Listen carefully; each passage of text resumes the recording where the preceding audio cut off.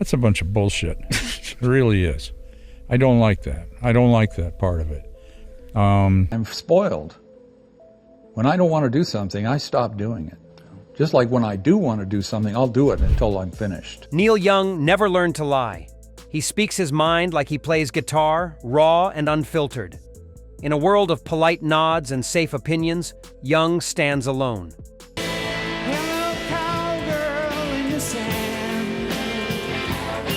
He does not hate music lightly. When he dislikes an album, it is not about jealousy or competition. It is about truth, about what he believes music should be versus what it became. We did the album. I did the album. I said all of what I had to say, and now I don't like to do it again. I don't like singing the songs. Young built his career on honesty, even when it hurt. And that honesty extends to the records he could not stand. These 10 albums represent everything Young fought against overproduction. Fakeness, music made by committee instead of heart. Some were massive hits, some were critically praised. But to Neil Young, they missed the point entirely. Here are the 10 rock albums Neil Young reportedly hated, and why they bothered him so deeply. If you appreciate artists who stay true to themselves, hit subscribe. Tell us in the comments which album you think is overrated. 10. Tusk.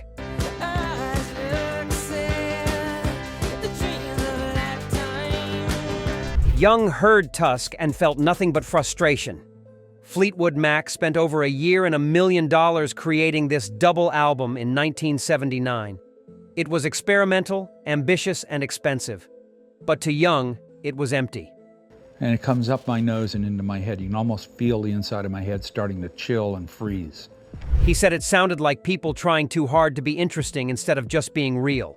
The production was slick and layered. Every sound was carefully placed. But Young believed music lost something when it became too calculated.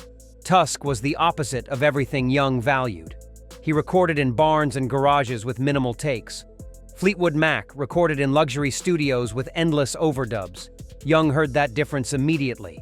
He once said the album felt like watching rich people pretend to struggle. What really bothered Young was the waste $1 million on an album while he was cutting records in 3 days. He saw it as everything wrong with rock music in the late 70s. Too much money, too much time, not enough soul. Young believed the best albums happened fast when inspiration was hot. Tusk felt cold and overthought him. 9. Hotel California.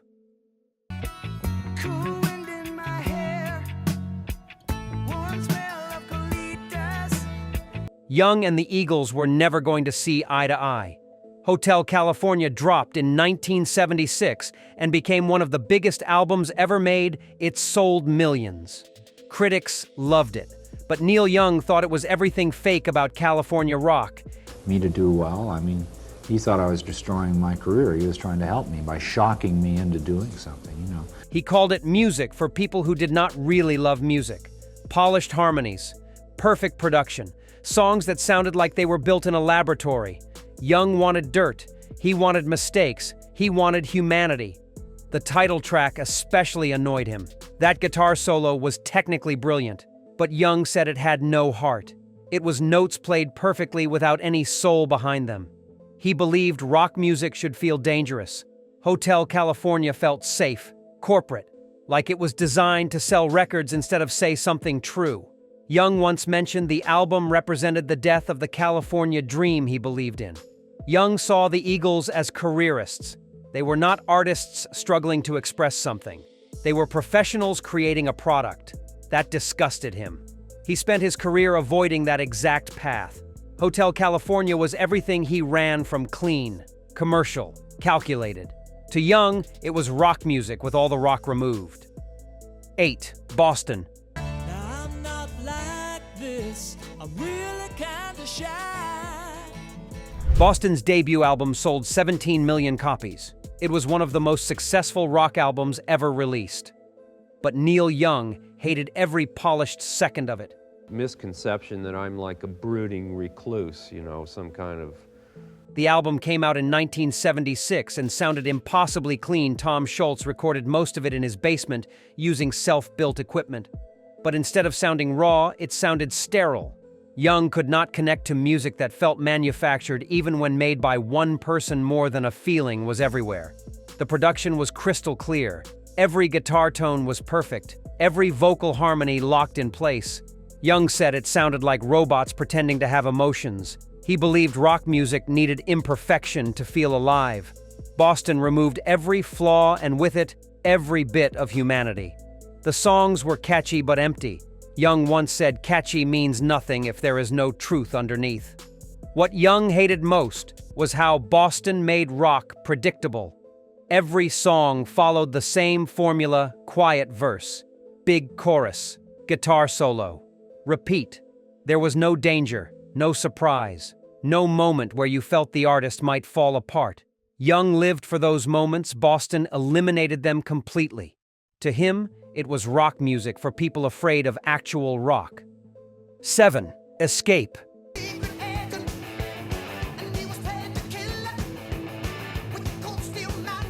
Escape made Journey superstars in 1981. Don't Stop Believin' became an anthem.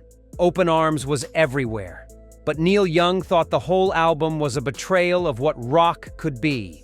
They may not know how, but they if they want to do it, they should do it. He saw Journey abandon their progressive rock roots for pure, radio-friendly pop. That shift felt calculated and soulless to him. Young said they sold their identity for hits that was unforgivable in his world.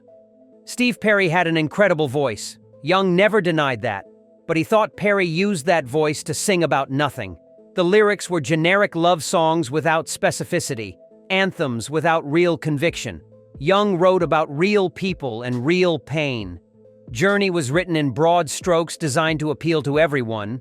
Young believed appealing to everyone meant connecting with no one. The production on Escape was massive and glossy. Synthesizers everywhere, drum sounds that were gated and processed. Young was moving toward grittier sounds while Journey polished everything until it shined. He once mentioned that Escape sounded like music made by a corporation, not a band. Every decision felt market-tested. Young trusted his gut. Journey trusted their producer and sales projections. 5. Foreigner. 4.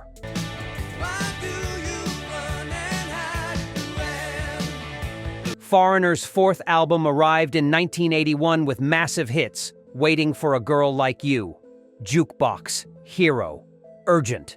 The album was slick, professional, and hugely successful. Neil Young found it unbearable. He thought Foreigner represented corporate rock at its worst. I would leave right now if I had an idea that I couldn't get out of my head. Music made by formula with no real emotion. Songs constructed to sell, not to express. Young called it background music for people who did not really listen. The production was pristine. Every instrument is perfectly balanced, every vocal line doubled and harmonized. Young preferred recordings where you could hear the room and feel the band breathing together. The Foreigner sounded like it was assembled piece by piece.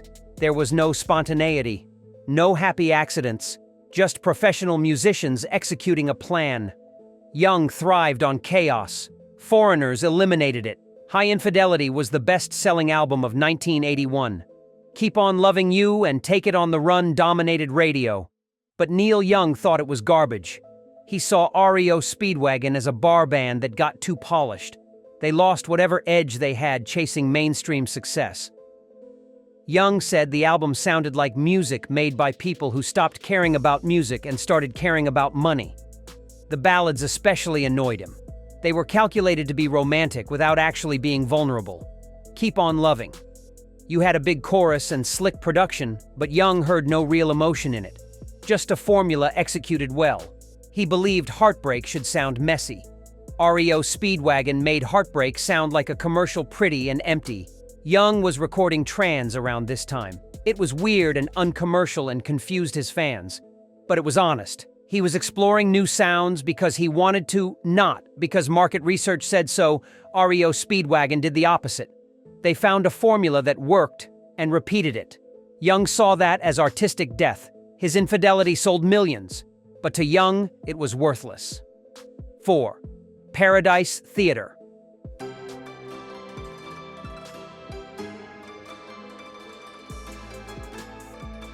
Styx released Paradise Theater in 1981 and it became a huge hit. The album was a concept record about a Chicago theater's decline. Dennis DeYoung sang with theatrical flair. Tommy Shaw added rock edge. But Neil Young thought the whole thing was pretentious nonsense. He said it was trying to be deep without actually saying anything, art rock made by people who did not understand art. The album was full of synthesizers and layered vocals. Songs like The Best of Times were designed to be inspirational, but Young found them hollow. He believed inspiration had to come from truth, not from cliches. Young also hated the theatrical nature of Styx's music. They were performers playing characters. Young was always himself on stage. Flawed, honest, sometimes difficult. Styx put on a show. Young believed rock should be raw and real. Paradise Theater felt like a Broadway musical pretending to be rock. To Young, that was worse than being bad. It was fake. 3. Asia.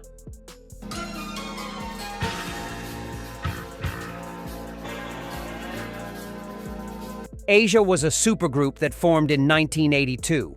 Members from Yes, King Crimson, Emerson Lake, and Palmer. Prog rock legends making radio-friendly pop. Their debut album was massive. The heat of the moment was everywhere.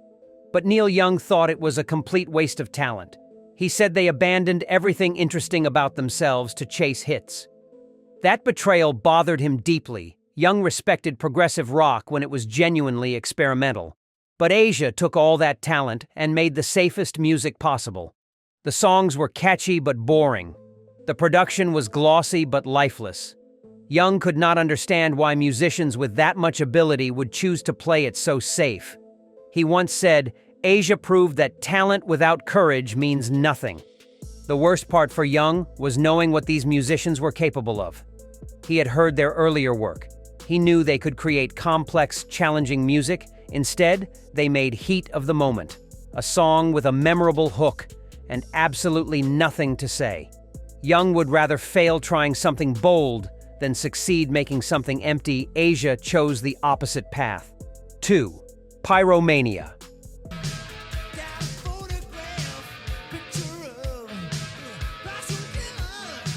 Pyromania sold 10 million copies in 1983.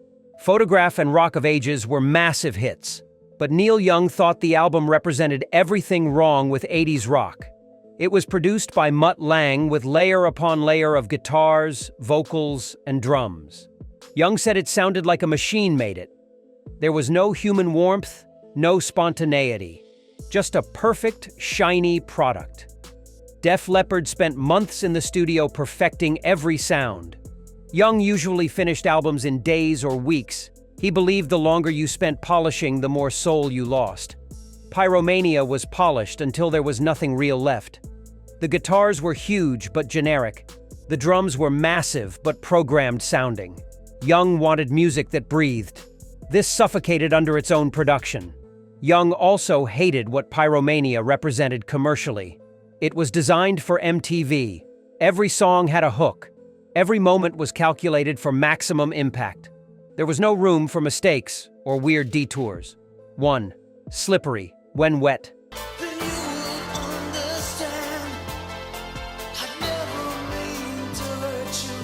Slippery, When Wet was the biggest rock album of 1986. Livin' on a Prayer, You Give Love a Bad Name, Wanted Dead or Alive.